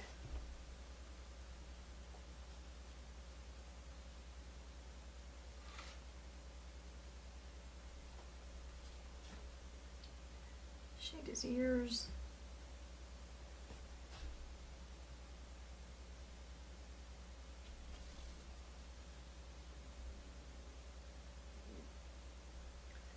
Shade his breast here. I'm looking to see where his leg goes. I think that is his other leg, so he needs to have that end there. So once again, we're shading things to show their position. So we want to shade the backest things first, the things that are the furthest back. So we're going to decorate him with all kinds of things, jingle bells and harnesses and stuff, but if we put the harnesses on first, then we'll be trying to shade through the harness or around the harness, and that always looks really kind of yucky. So it's super important to paint in the right sequence. Even though it's super easy to say, oh, I just want to get it all done at once. This will make it look much, much better.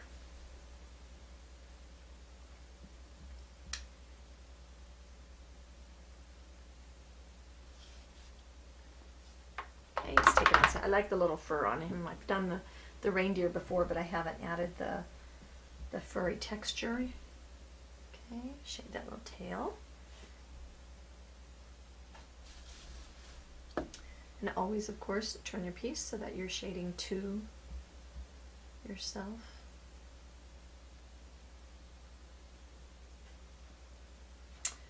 And let's see. I think he looks pretty good. So we'll get out some soft black, and we'll increase any little bits of shading that we need to. Timber. And he actually is looking pretty good. I don't know that I need too much deepening. I think he's going to get a little bit dirty, so I think I'll skip that. Okay, we'll go ahead and shade on his antlers with soft black. I think that'll be about the right color. That'll deepen them. I'm just going to shade along the bottom.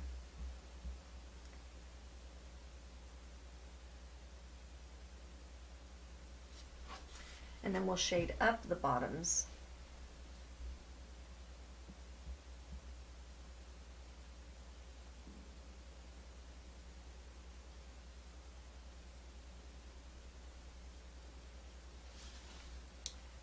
I think that's about perfect. Okay, we're going to add some dry brushing with cocoa on the tips of the antlers. And we want that really like dry and scratchy. So here's how I'm loading my brush. Okay, I'm just taking my brush and I'm pulling paint out from the puddle, and I'm flattening it, and this is what makes a perfectly awesome round brush, is look at how that's perfectly flat, which means I can do chisel S strokes. Okay, I can totally make awesome if I put it in my paint a little bit differently. Now I can totally make pointy, look at the point on the bottom of that. I can less pressure, I can make microscopic little strokes all with the same brush. So you can really do a lot. You can base coat with the flat, you can dry brush with it. I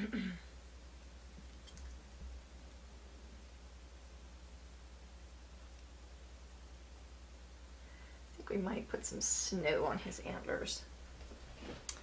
See what we see. See what we see when we see it. I love the thought that we're, you know, kind of making this up as we go through the video, because you get to be kind of along for the decision making, which is very different from the norm, shall we say. Okay, so that's looking just a little bit chalky to me. I'm going to go ahead, while I'm chalky, I'm going to go ahead and make it even chalkier by putting some Camel and dry brush that on top. And then to warm it up, to not have it be like chalk, I'm going to do a wash over the top of it. If you don't have a lot of paint kind of pushed up into your brush, the dry brush doesn't work very well. So you want to make sure you do keep it a little bit juicy, because you're skimming the paint. It's one of the hardest techniques to kind of verbalize, because you can just say dry brush and everybody goes, oh, yeah, that's great, but trying to describe it, it's a great class technique. That any of you teachers out there, it's a good thing to teach in a class. Okay, I've got honey brown. I'm hoping that's sheer enough, and I'm going to use my flat, the short bright, honey brown with water in it, and then I'm just going to go ahead and glaze over the top of these antlers.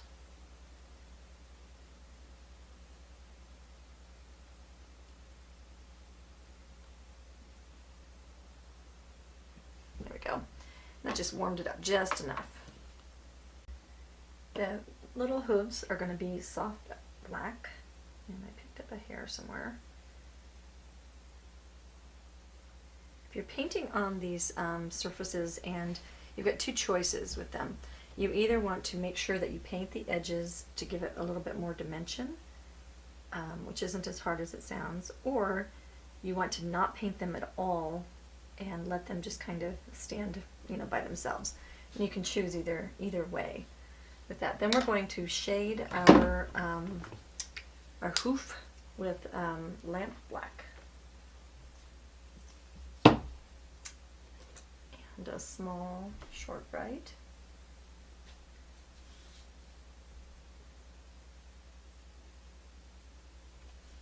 Okay, give it a little dimension, and I think we'll go ahead with our cocoa, and not our cocoa, this is our honey brown, and we'll add just a little bit of a highlight. That just says it's there, and it just gives it a little dimension. Okay, we've got this whole base right down here that we have to deal with because his feet are sitting on. Once again, you got to paint the back thing first. We're going to paint that with slate gray, and then we'll put some snow on it, and then get his little feetsies on there. I'm going to trace all my details at this point because it is detail time. That's the funnest part of every project. Okay. Okay, we're going to get the all this red stuff shaded, and I'll just go ahead and walk in Alizarin crimson.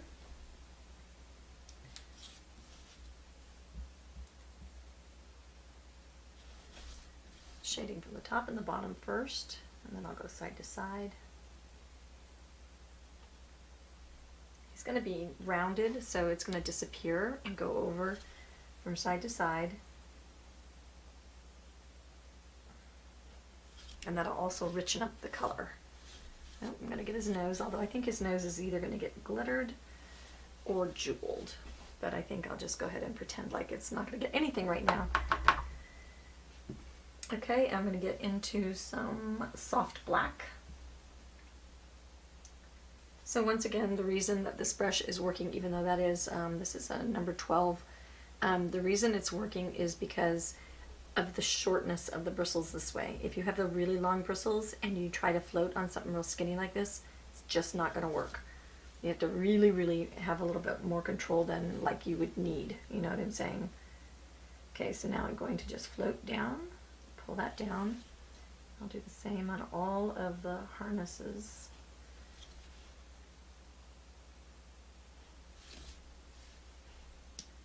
Everywhere where they kind of disappear behind his head.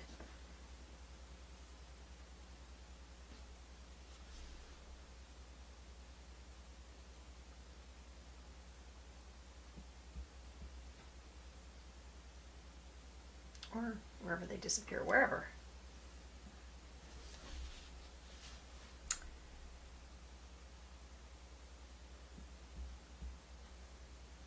Okay, and I think that's them. Oops, one more right here. Okay, and then I'm going to go ahead and line next to the harnesses with some thinned soft black. And what I want to do is just choose a side, and that's, whoops, run my hand through some red, throw it on the brush. Okay, got a mess going on here. What I want to do is just create a shadow moment, but not too much of a shadow. That's not dark enough. So I've thinned it too much.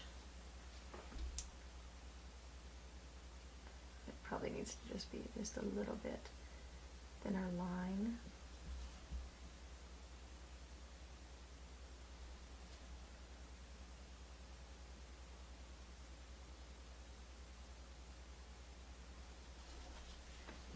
Okay, and we can also go ahead and give him a little bit of shadow right here.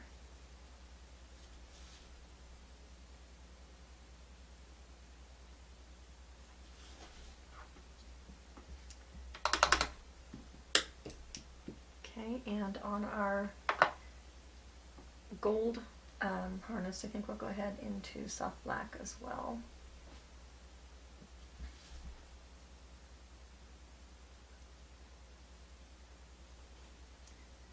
Either side.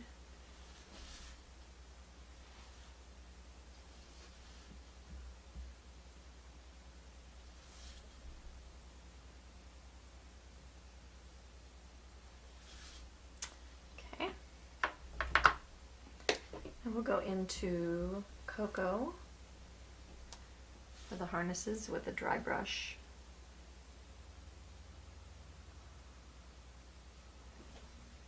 Let's give it that highlight.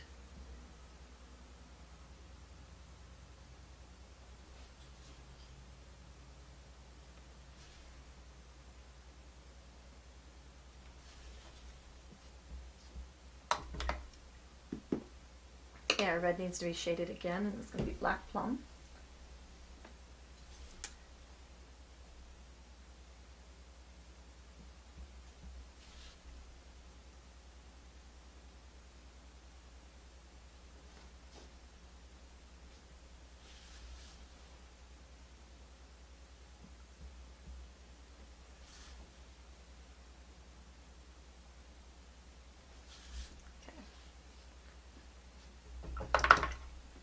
Our gold, I'm going to treat our gold a little bit differently. I think I want to make a little bit of, let's see what we got.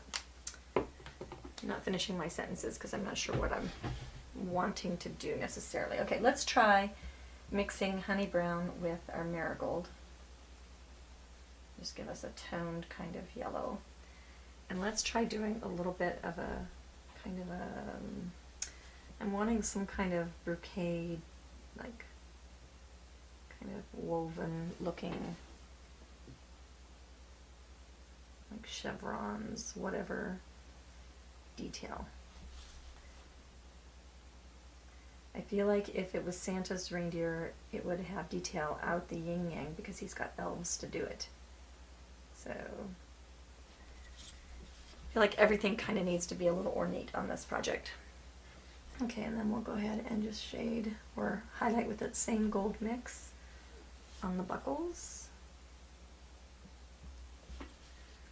And one more time over here. And don't forget up here by his little face. And then we've got to bring a dry brush, so I'm going to get into Patty's favorite dry brush, and that's a number 6. You can wet your dry brushes, you just have to pinch out all the water. But that had this is a new one and it had a little sizing in it. And we'll go into Coral Blush, and we'll repeat with the Fiery Red. So dry brush.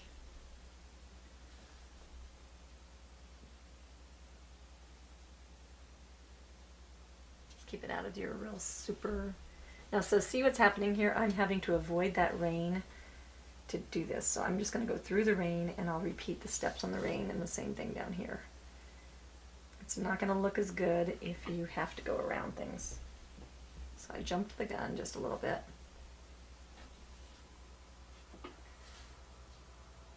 And now I'll go back and patch up my reins. Okay, I'm going to go into Straight Mustard Seed, and I'm going to highlight my little chevrons.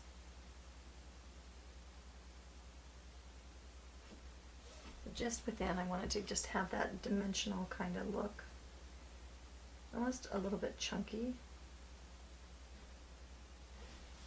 Keep turning it so that you can have shape following strokes.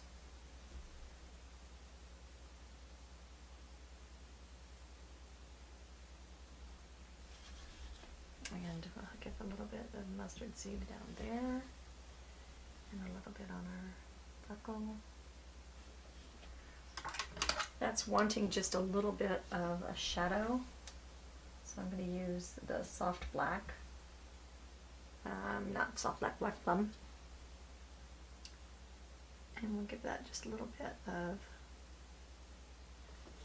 dragged in. That's not the right color. Let's go into milk chocolate. I'm trying to avoid it looking like the deer. So we don't want the deer to have buckles on him that look just like he does. Okay. And while we've got a little bit of soft black for his eye.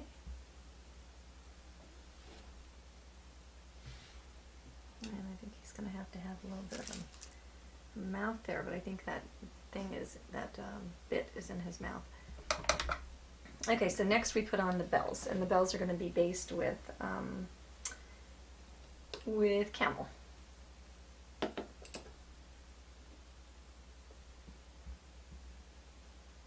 Alright, we're going to go right underneath the bells and shade.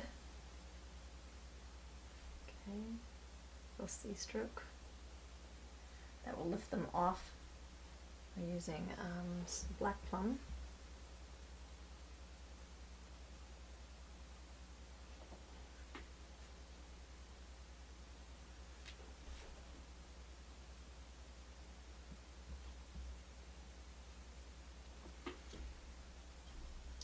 Very little water in the brush.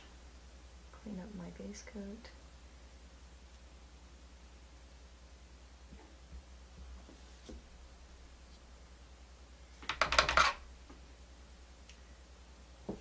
Now we will shade the bells with some milk chocolate.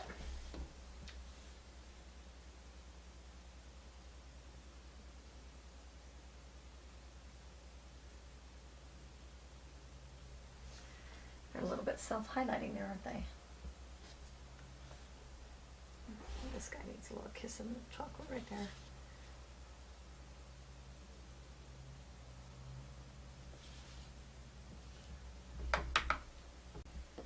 Right, I'm going to go at the top of the bell with mustard seed.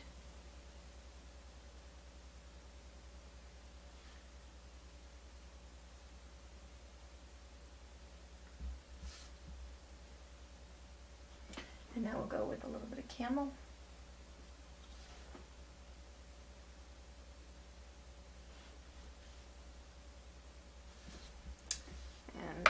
was almost a waste of time and effort. So we'll get out some white. Use our mighty fine liner, and I'm going to use Camel to make the little toppers and stuff.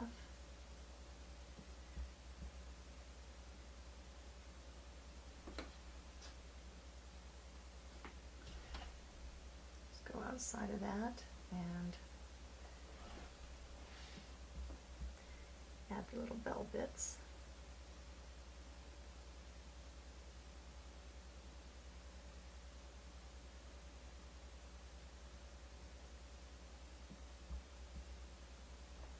And then we'll mix it with white to highlight that.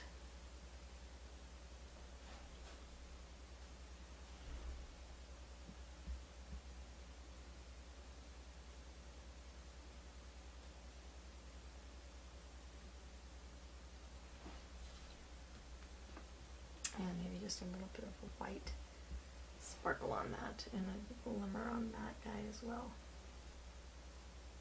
Oops. Okay, so that's when we spit. And we get out our little micro eraser. And we remove what I just biffed. There we go. So it's not the accident that matters, it's what you do about the accident that matters. Okay, we're going to dry rub with our festive green and get that little saddle blanket done. Forgot all about it. I was sitting back there just looking mighty green. Gonna repeat with bright green.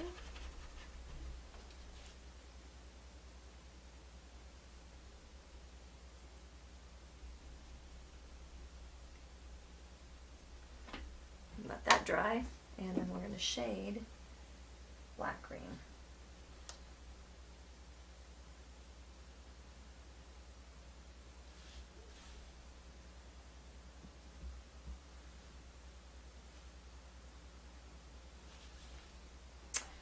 And that brings our colors all the way around. Okay, I think I'm going to dot the tops of the letters using the Easy Dot tool.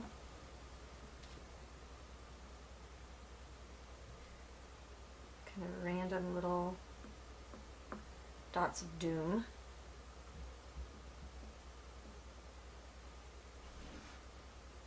I'm not going to show very much, but I don't want these letters to just like leap off and then we can't see anything else. But the letters seem a little bit plain, so I want to just kind of jazz them up just a teeny bit. I'll do the same with all the other letters too.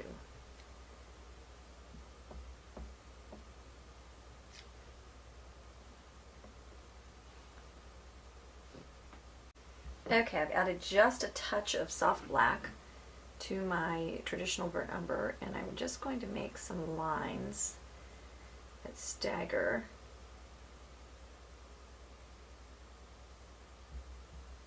Coming up from the base.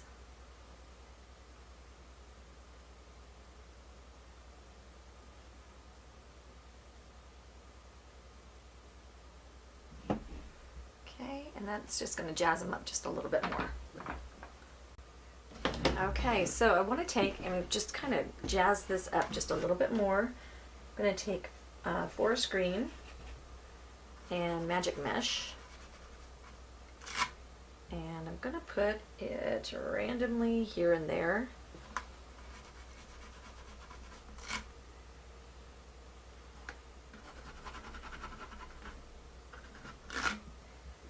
Just to kind of give that background just a little bit more something, something, something. But we want it to be really kind of random.